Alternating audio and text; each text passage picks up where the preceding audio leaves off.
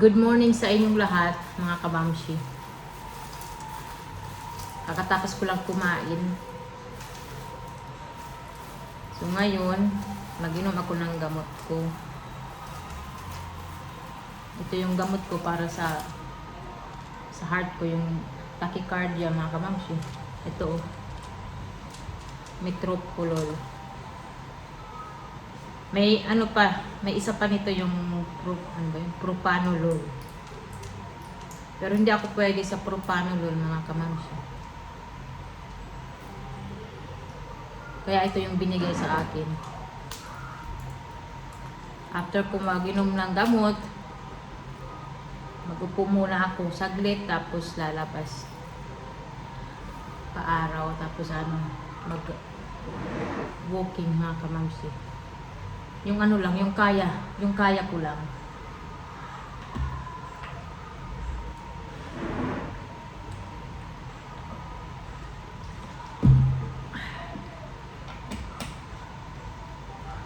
Tapos may iniinom din ako na vitamins, B-complex, vitamin C, Immune Pro. Yun ang binigay sa akin. Matagal ko na yan na iniinom, yung B-complex. Yung B-complex, nakakatulong talaga siya sa akin.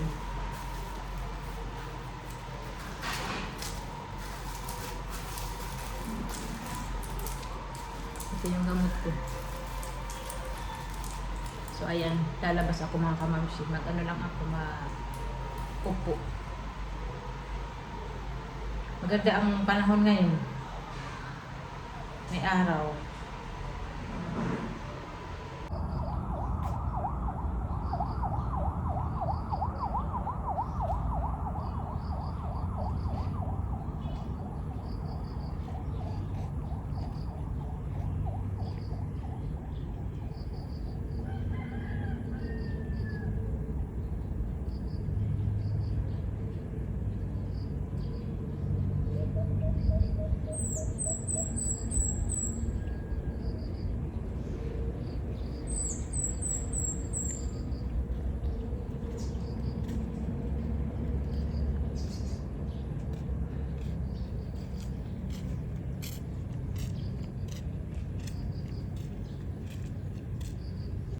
Maganda yung panahon ngayon. Araw. Ayan o, mga sinampay namin.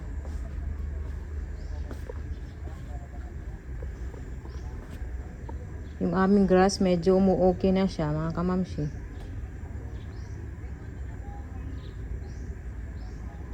Grabe na ulan talaga. 2 months na ata yung ulan. Baka mamaya mag-ulan yan.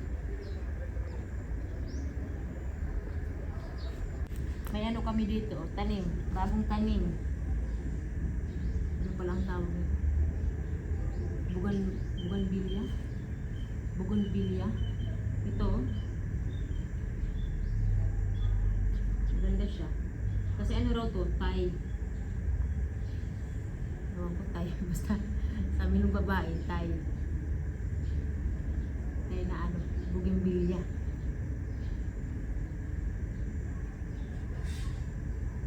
Ganda o yung tulak-tulak.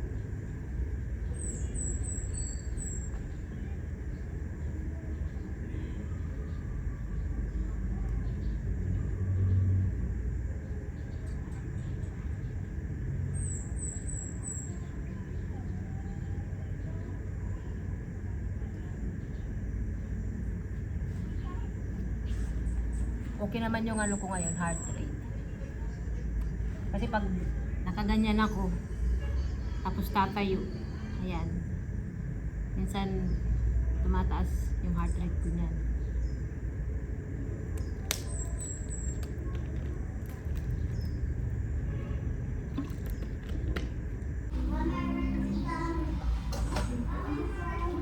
You're done?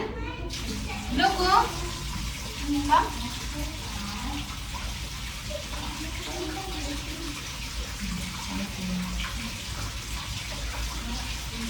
Wow! Nice! They are big now.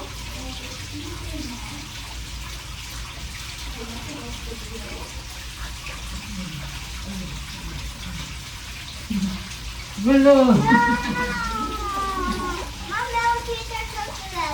I know. Sweet. Banana, apple. You want apple? Look at your tummy. It's big now. Because you eat a lot. Oh, you eat a lot. Yeah, you're growing. Uy, don't do that. Nine. Oh, yeah, your tummy is big. It's growing. Yes. Because you're a big girl now. Do you like daddy? Come on. Hello, ate. Come here. Good morning. Hala. Ayan na naman ang dalawa. O, sayaw. O, dance again, dance. Si Olivia, may ano siya, may tutor mga kamamsi. Uy, what are you doing? Good sa inyo. First, you can stretch it and Ayan sila mga kamamsi, like o. this. And if you put in water, Ang you aking can blow water. mga junakis. Ayan, habang si mami nakahiga. You need to show it ate. Go play with ate. Sila kuya, manonood yan sila ng movie na Sonic sa ano, sa sinihan mga kamamsi. Ellie, give it to kuya. No. Hey, but then you can love me. Then you cannot play. No. You love me. Eh, I love you. Then give it to them. kuya, ate sit down. Ellie, sit down next to kuya. You hold the hand. Mama didn't know what to try.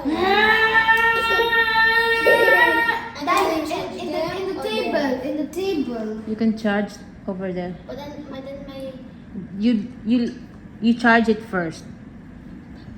Is there water inside? no. I mean yes, there's water inside. Where? In the mouth. Now? Let's see. And how much is that, kuya? What is that? 700. Squeezy? Ano, what is that? Toy? Squeezy. 700. Squeezy. Squishy? 700. Scary. Ah! It's a dragon. No, it's a sea god. See that? But you have a rainbow hair. Yeah, so it's a sea god. Because look, it has this. Dragons don't have this. And look, and fish have this and a tail, but dragons do not have this. Mommy, we're gonna dance. Sayaw na naman! No, but Who's the winner? You, The winner's Bobby. gonna Don't get you a want me squeaky like I want you, baby? Don't you need me like I need you now? See tomorrow like we are. Okay, baby first. Okay, you first. Baby first, baby. I said Barbie, not Barbie. Okay, Barbie. You're gonna do Bobby. I'm gonna do Kaisog, ang bata. Okay, Barbie. I'm a Barbie. Barbie girl in a Barbie world. Like the plastic. Plastic. You can brush my hair. I just made it wet air. An iteration. That's your innovation. Come on, Barbie. Barbie, let's go Barbie. Ah, You can say. You can- say. I'm all miss yours. Ha? Okay. Sige, continue na lang. Can I hit the squeaky? Now my Okay. Okay, Ate Storm. Ellie. I'm going. Don't you want me like I want you, baby? Don't you need me like I need you? Wait, Ate dancing. See to know you're gonna go crazy. What you gonna do? Just keep me at the Aha. Kissy face, sense your phone, but I'm trying to feel. Better, this is pneumonia. Bravo. Something I can feel. Oh, don't you want me like I want you, baby? Don't you need me like I need you now?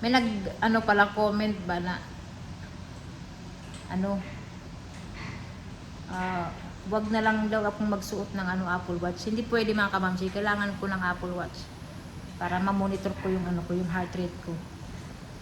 Para makatulong siya sa ko talaga, sa nararamdaman ko.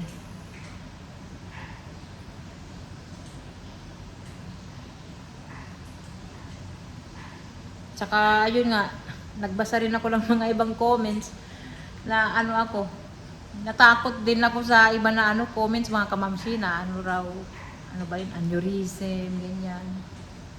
Natakot tuloy ako. Tapos yung iba naman magsabi na magpa-check ako ng thyroid, thyroid ba? Nagpa-check na ako mga kamamsi last year, nakadalawang beses nga. Ngayon hindi na pwede kasi nga every ata yan, 6 months bago ka magpa-check ulit. Saka marami na akong mga ginawang test mga kamamsi. Okay naman. Kaya nga nung last Tuesday, kahit hindi maganda yung pakiramdam ko, talagang pinilit ko na magpa-check up para makita, malaman nung aking cardiologist yung aking nararamdaman. Talagang nag-demo ako sa kanya. Sabi ko, Dok, tingnan mo, pag tumatayo ako, tataas yung heart rate ko. Kahit nga yung cardiologist ko, napapaisip siya. Ano talaga ito na nararamdaman ko? Parang misteryosong sakit ba? Yung cardiologist ko, napapaisip din siya kasi okay naman yung to the echo ko. Nakadalawang beses na ako ng to the echo last year. Mga ba yun, ECG, ganyan, Holter monitor, okay naman. Yun nga lang, yung yung heart rate ko, bilis, taas, yun lang. Kaya nga ang sabi ng, hindi ito final diagnosis sa akin ng aking cardiologist, pero, ang niya sa akin, ano bang nito? POTS? Ano bang tamang pronunciation yan mga kamamsi? POTS? Ito itong tinatawag na postural orthostatic tachycardia syndrome. Yan ang sa akin ng doktor. Walang dito sa amin, walang test. Ang daw nito, ang test nasa Cebu or Manila para ka talaga ma-diagnose nito. Pero sabi ng doktor ko, yung cardiologist ko na ito talaga yung niya sa akin. Diagnosis talaga. Kasi tatayo ako. Tataas yung yung heart rate ko. Inom muna ako ng tubig mga kamamsi. Pero nung nasa Switzerland pa ako mga kamamsi, ito naman talaga yung nirereklamo ko. Kaya lang ang nila sa akin, anxiety, panic attack. Minsan naiinis ako kasi yun lagi ang nila sa akin, sinasabi. Pero alam ko sa sarili ko na may may problema pa na iba. Ang inaano ko lang naman sa kanila lagi pag nagpupunta ako sa clinic or emergency, yung heart ko ang pinoproblema ko. Pero ang sasabihin nila sa akin ay anxiety lang yan. Hanggang sa napunta na ako sa psychiatrist nga, nagkaroon tuloy ako ng problema. Di ba nagkaroon ako ng problema sa gamot hanggang napunta ako sa psychiatric clinic. Pero yung mga kamamsi, itong POTS, yung antidepressant na ininom ko, natin Venlafaxine, nakatulong siya talaga. Kasi itong POTS, wala itong cure. Wala siyang lunas. Lang siya. May mga lang gamot na binibigay para ma-manage yung sakit mo. Ayan. Katulad ng beta blockers, yung propanolol, metoprolol, saka yung antidepressant na SNRI, kagaya nung Venlafaxine na ininom ko. Ayan yung Venlafaxine, siya, SNRI, serotonin and noradrenaline reuptake inhibitors. Effective talaga siya mga kamamsi. 6 months ko yung ininom, wala akong hilo-hilo, ganyan, wala. Kaya lang in-stop ko kasi ayoko rin magdepende sa gamot na yun.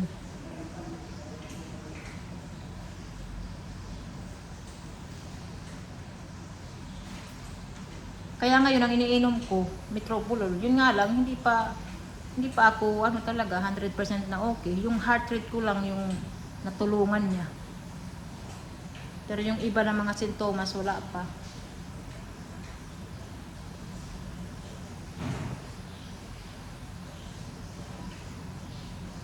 Kaya ano pa to, matagal-tagal pa ito mga kamamshi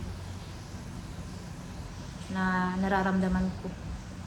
Tinatry ko naman talaga maglakad-lakad, kaya lang wala. Nahirapan ako. So kailangan lang nito pahinga, ayan, kain. Pero yung ano ko, yung tiyan ko, medyo naging okay na siya mga kamamshi. Na may ano na ako, gana ulit ako sa pagkain. Kumakain ako ng marami ngayon. Yun nga lang, hindi yung isang kain ba na marami, hindi. Konti lang, pero maramihan sa isang araw. Para hindi ako mabusog masyado. Mahirap siya mga kamamshi. Kaya feeling ko nga na misdiagnose ako sa Switzerland eh. Although yung POTS mga kamamshi, may ano siya, may kasabay na ano. May ano ba, may anxiety rin siya ng mga ano sintomas, panic attack, ganyan. Halo-halo na siya, parang ano na siya, all in one. Naka-package na siya na ano, mga sintomas. Mas dumami lang naman yung ano ngayon, yung POTS nung nag-corona. Yung nagkaroon ng COVID at saka yung nabakunahan ng COVID. Ako kasi, nabakunahan talaga ako mga kamamshi. 4, Diyos ko. May ano, booster ako 2. After ng booster ko, ayun na. Doon ko na naramdaman yung mga ano, sintomas ko. Yung bilis ng ano, tibok ng puso, hindi makahinga, nalalambot ako, mahina yung katawan ko, na ewan, naakala ko nga heart attack.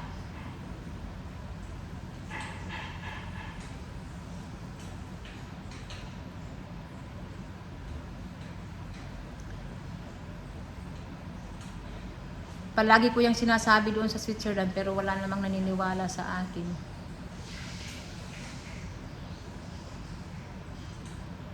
Sinishare ko lang ito mga kamamshi, baka may subscribers ako na same din kami lang nararamdaman, di ba? Kasi mahirap talaga siya. Yung iba nito mga kamamshi, ilang years bago ka ma-diagnose. Kasi ang ano rin nila, sasabihin nila anxiety at saka panic attack. Tapos yung ibang ano nito, nakakaramdam, naka-wheelchair, ganyan, hindi tayo, mahimatay, ganyan. Diyos ko, mahirap siya.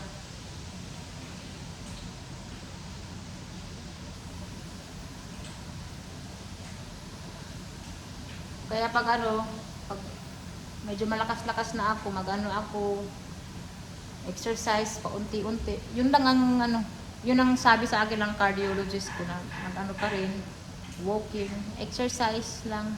Yung kaya lang para maano yung heart ko. Masanay pa rin siya ba?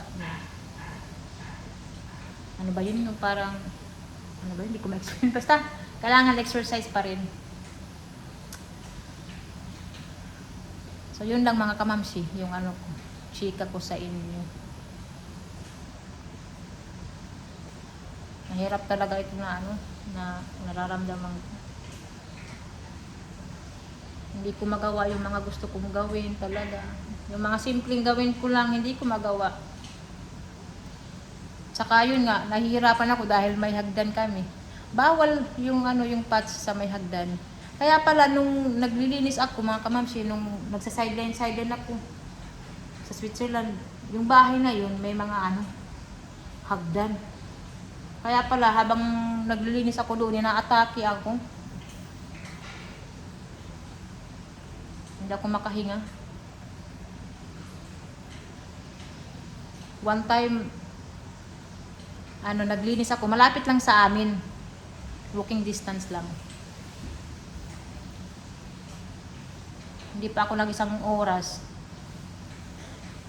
Naka-feel na ako ng mga sintomas, mga kamamshi. Nahihilo, hindi ako makahinga. Kaya dali-dali akong lumabas.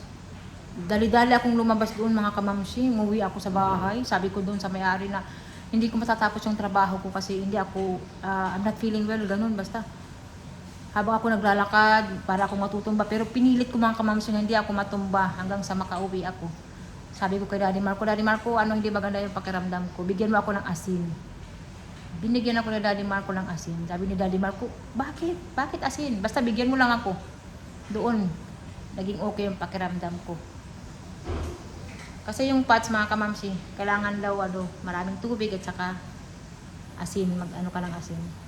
Dati, doon sa Switzerland, kasi hindi naman ako pinapakinggan, di ba? Nag-ano lang ako, nag-research lang ako.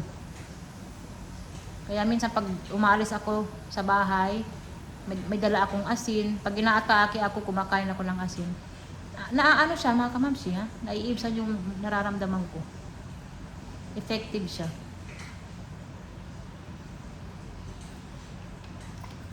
Saka tubig, inom ng tubig.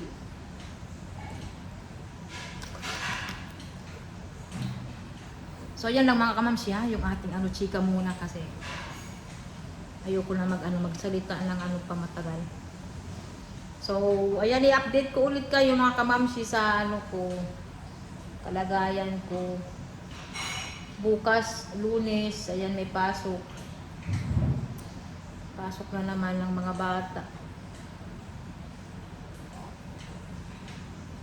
Ayan, bye-bye. Bye-bye mga kamamsi. Ingat tayong lahat.